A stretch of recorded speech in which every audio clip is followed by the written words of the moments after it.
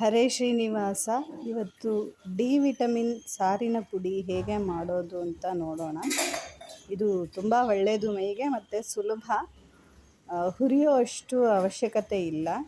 ಬಿಸಿಲಿನಲ್ಲಿ ಇಟ್ಟು ಅದನ್ನು ಪುಡಿ ಮಾಡಿಕೊಳ್ಳೋದು ಹೇಗೆ ಅಂತ ನೋಡೋಣ. ಮತ್ತು ಅದಕ್ಕೆ ಏನೇನು ಶಕ್ತಿಯುತವಾದ ಸಾಮಗ್ರಿಗಳನ್ನು ಹಾಕ್ತೇವೆ ಅನ್ನೋದನ್ನು ನೋಡ್ಕೊಳ್ಳೋಣ. ಬನ್ನಿ ನೋಡೋಣ. ಇಲ್ಲಿ ನಾನು ಮೆಣಸಿನಕಾಯಿ ಖಾರಕ್ಕೆ ತಕ್ಕಷ್ಟು ತೊಗೊಂಡಿದ್ದೀನಿ. ನಮ್ಮ ಮನೆಯಲ್ಲಿ ಎಷ್ಟು ಖಾರ ತಿಂತೀವೋ ಅಷ್ಟು ತೊಗೊಂಡಿದ್ದೀನಿ. ಮತ್ತು ಇದು ತಮಿಳ್ನಾಡಿನ ಮೆಣಸಿನಕಾಯಿ. ಖಾರ ಜಾಸ್ತಿ ಇರುತ್ತೆ, ಸ್ವಲ್ಪ ಬಣ್ಣ ಕಡಿಮೆ ಇರುತ್ತೆ. ಪರವಾಗಿಲ್ಲ, ಅಂದರೂ ಚೆನ್ನಾಗಿರುತ್ತೆ ಅಂತ ನಾನು ಇದನ್ನೇ ತೊಗೊಂಡಿದ್ದೀನಿ. ನೀವು ಬೇಡಿಗೆ ಮೆಣಸಿನಕಾಯಿ ತೊಗೊಳೋದಿದ್ದರೆ ಅದು ಎಷ್ಟು ಖಾರ ಬೇಕೋ ಅದಕ್ಕೆ ತಕ್ಕಂಗೆ ತೊಗೊಳ್ಳಿ. ಮೆಂತ್ಯ 2 ಚಮಚ, ಮೆಣಸು 1 ಚಮಚ, ಧನಿಯಾ 2 ಲೋಟ, 1 ಲೋಟ ಜೀರಿಗೆ ತೊಗೊಂಡಿದ್ದೀನಿ. ಮತ್ತು ಇದನ್ನೆಲ್ಲ ಒಂದು ತಟ್ಟೆನಲ್ಲಿ ಹಾಕಿಡ್ಬೋದು. ಮೆಣಸಿನ್ಕಾಯಿ ಮಾತ್ರ ಪ್ರತ್ಯೇಕ ಒಂದು ತಟ್ಟೆ ಅಥವಾ ತೂತಿನ ಬುಟ್ಟಿನಲ್ಲಿ ಹಾಕಿ ಇಟ್ಕೋಬೇಕು. ಇದರೊಳಗೆ ಬಿಸಿಲಲ್ಲಿ ಇಡೋದ್ರಿಂದ ಆ ಬಿಸಿಲಿನ ಶಕ್ತಿ ಪೂರ್ತಿ ಒಳಗಡೆ ಇಳಿದಿರುತ್ತೆ.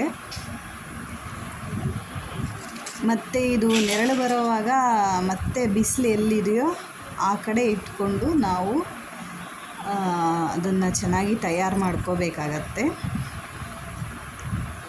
ಇದು ಈ ಥರ ಮಾಡೋದ್ರಿಂದ ಆಯಾ ಪದಾರ್ಥಗಳ ಒಂದು ಪ್ರಾಕೃತಿಕ ಶಕ್ತಿ ನಮ್ಮ ದೇಹದೊಳಗೆ ಇಳಿಯುತ್ತೆ. ಹುರಿಯೋದ್ರಿಂದ ಸ್ವಲ್ಪ ಅದರ ಶಕ್ತಿ ಕಡಿಮೆ ಆಗುತ್ತೆ. ಬಿಸಿಲಿಗಿಟ್ಟರೆ ಯಾವಾಗಲೂ ಶಕ್ತಿ ಕಡಿಮೆ ಆಗುತ್ತೆ ಅನ್ನೋದು ಕೆಲವರ ತಪ್ಪು ಕಲ್ಪನೆ ಇದೆ. ಹಾಗೆಲ್ಲ ಸರ್ವಥಾ ಇಲ್ಲ. ಬಿಸಿಲಿಗಿಟ್ಟರೆ ಯಾವಾಗಲೂ ಅದರೊಳಗಿನ ಶಕ್ತಿ ಆ ಪದಾರ್ಥಗಳೊಳಗೆ ಇಳಿಯುತ್ತೆ. ಬಿಸಿಲಿಲ್ಲದೆ ಗಿಡಗಳು ಬೆಳೆಯೋದಿಲ್ಲ. ಬಿಸಿಲಿಗಿಟ್ಟರೆ ಶಕ್ತಿನೂ ಕಡಿಮೆ ಆಗೋದಿಲ್ಲ ಪದಾರ್ಥಗಳದ್ದು. ಆ ಡಿ ವಿಟಮಿನ್ ಪೂರ್ತಿ ಒಳಗಡೆ ಇಳಿಯುತ್ತೆ. ಮತ್ತು ಅದರದ್ದು ಘಮ ಹಾಗೆ ಉಳಿಯುತ್ತೆ. ಅದರದ್ದು ಒಂದು ವಾಸನೆ ಭಾಳ ಚೆನ್ನಾಗಿ ಇಳಿಯುತ್ತೆ. ಈಗ ನೋಡಿ, ಮೆಣಸಿನ್ಕಾಯಿ ಮುರಿದ್ರೆ ಮುರಿತಾ ಇದೆ, ಅಷ್ಟು ಒಣಗಬೇಕದು. ಎಷ್ಟು ಚೆನ್ನಾಗಿ ಒಣಗಿದೆ ನೋಡಿ, ಚೆನ್ನಾಗಿ ಮುರ್ಕೊಂಡ್ಬಿಡ್ತು. ಇವಾಗ ಇದನ್ನೆಲ್ಲ ಸೇರಿ ಮಿಕ್ಸಿಗೆ ಹಾಕ್ಕೋತೀನಿ ನಾನು. ಆರಿದೆ ಇವಾಗ ಒಳಗಡೆ ತಂದಿಟ್ಟು.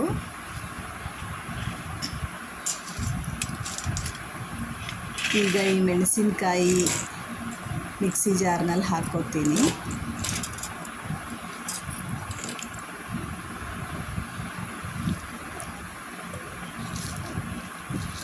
ಮೆಣಸಿನ್ಕಾಯಿ ಹಾಕ್ಕೊಂಡಿದ್ದಾಯಿತು.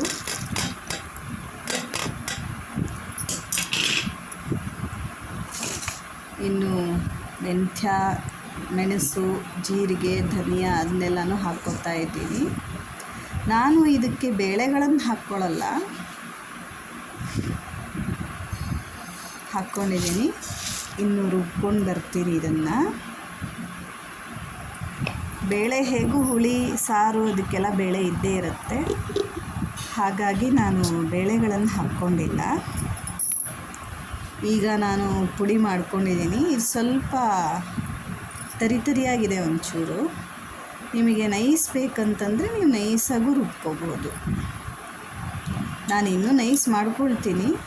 ಇವತ್ತು ಸ್ವಲ್ಪ ತರಿ ಇದ್ದರೆ ಹೇಗಿರುತ್ತೆ ಅನ್ನೋದನ್ನು ತೋರಿಸ್ಕೊಡ್ತಾ ಇದ್ದೀನಿ. ನೀವು ನಿಮಗೆ ಹೇಗೆ ಬೇಕೋ ಆ ರೀತಿಯಾಗಿ ನೀವು ಇದನ್ನು ನೈಸ್ ಫೈನ್ ಪೌಡ್ರಾಗಿ ಕೂಡ ಮಾಡ್ಕೋಬೋದು.